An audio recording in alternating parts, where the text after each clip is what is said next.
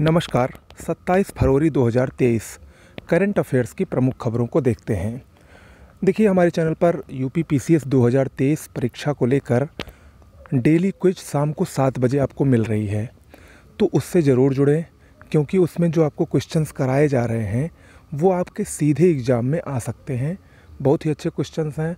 आप लोग क्विज को ज़रूर ज्वाइन करिए और चैनल को सब्सक्राइब कर लीजिए। चलिए शुरुआत करते हैं आज के अपने करंट अफेयर्स के वीडियो की। पेरू, ये दक्षिण अमेरिकी देश है, हाल ही में चर्चा में है। इसने डेंगू के प्रकोप को लेकर स्वास्थ्य आपातकाल घोषित किया है और ये आपातकाल 90 दिनों के लिए है। 2023 में अब तक डेंगू के 11,500 मामले और 16 मौतें हो चुकी हैं पेरू में। यानी अभी 2 ही महीने में इतने सारे केसेस और लगभग 16 मौतों से पेरू ने स्वास्थ्य आपातकाल घोषित कर दिया है। ओके, बात करें अगर हम डेंगू की, तो डेंगू एक वायरस जनित बीमारी है, यानी वायरस वाला डिजीज़ है। इसको हड्डी तोड़ बुखार कहते हैं। सामान्यतः इसमें प्लेटलेट्स में कमी हो जाती है। ये कैसे होता है? ये एक प्रकार का मच्छर होता है जिसको एडीज एजिप्टी मच्छर कहते हैं। इसके काटने से फैलता है डेंगू। ठीक है, चलिए अगली मोस्ट इम्पॉर्टेंट खबर की तरफ बढ़ते हैं। बौद्धिक संपदा सूचकांक 2022, या इसको हम अंतर्राष्ट्रीय बौद्धिक संपदा सूचकांक 2022 कह सकते हैं।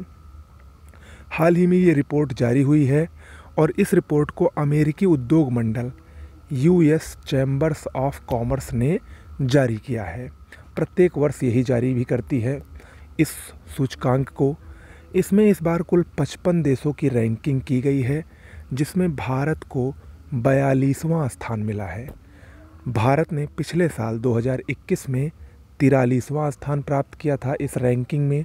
यानी इस वर्ष भारत की रैंकिंग में 1 अंक का सुधार हुआ है। पिछली बार 43वां स्थान था, इस बार 42वां स्थान है। अगर हम बात करें टॉप 3 देशों की, तो हर वर्ष की भांति इस वर्ष भी अमेरिका पहले नंबर पर बना हुआ है, दूसरे पर यूके यानी यूनाइटेड किंगडम है और तीसरे पर फ्रांस है। ठीक है, तो ये बौद्धिक संपदा सूचकांक की जो रैंकिंग है, भारत का स्थान और टॉप 3 देश, ये बहुत ही महत्वपूर्ण है। ओके, बात करें हिमाचल प्रदेश की। ये चर्चा में है क्योंकि मुलेठी की संगठित खेती करने वाला ये भारत का पहला राज्य बना है। मुलेठी क्या है?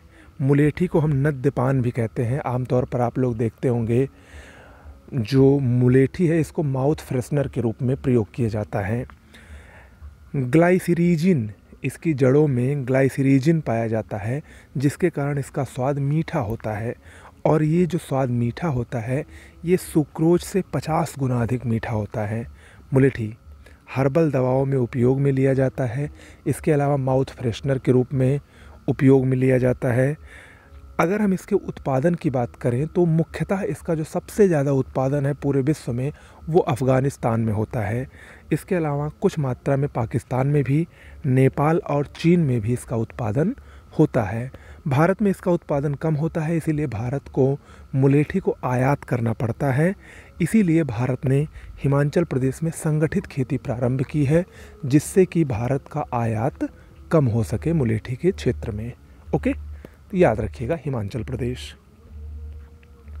आगे बढ़ते हैं जम्मू कश्मीर। जम्मू कश्मीर क्यों चर्चा में है? क्योंकि ये पहला राज्य या केंद्र शासित प्रदेश है जहां पर प्रत्येक ज़िले में 75 अमृत सरोवरों का निर्माण हो चुका है। ठीक है, जम्मू कश्मीर ऐसा पहला केंद्र शासित प्रदेश या राज्य, किसी में ये पहला है। ठीक है, अगर हम अमृत सरोवर मिशन की बात करें तो 24 अप्रैल 2022 को जम्मू कश्मीर से ही प्रधानमंत्री मोदी ने ये मिशन शुरू किया था। 24 अप्रैल को पंचायती राज दिवस भी मनाया जाता है, आप लोग जानते हैं। और 50,000 अमृत सरोवरों के निर्माण का लक्ष्य इस मिशन के तहत रखा गया है। यहाँ पर जो तालाब हैं उनको पुनरुद्धार करना, उनको फिर से जीवन प्रदान करना, इस अमृत सरोवर मिशन का लक्ष्य है, जिसमें काफ़ी हद तक केंद्र सरकार को सफलता भी मिल रही है। अगर हम वैसे बात करें तो पूरे भारत में सबसे ज़्यादा अमृत सरोवर का निर्माण यूपी में अब तक हो चुका है और दूसरे नंबर पर जम्मू कश्मीर ही है। ठीक है, तो ये कुछ प्रमुख करंट अफेयर्स आज के थे। कैसा लगा आपको ज़रूर बताइएगा। नमस्कार।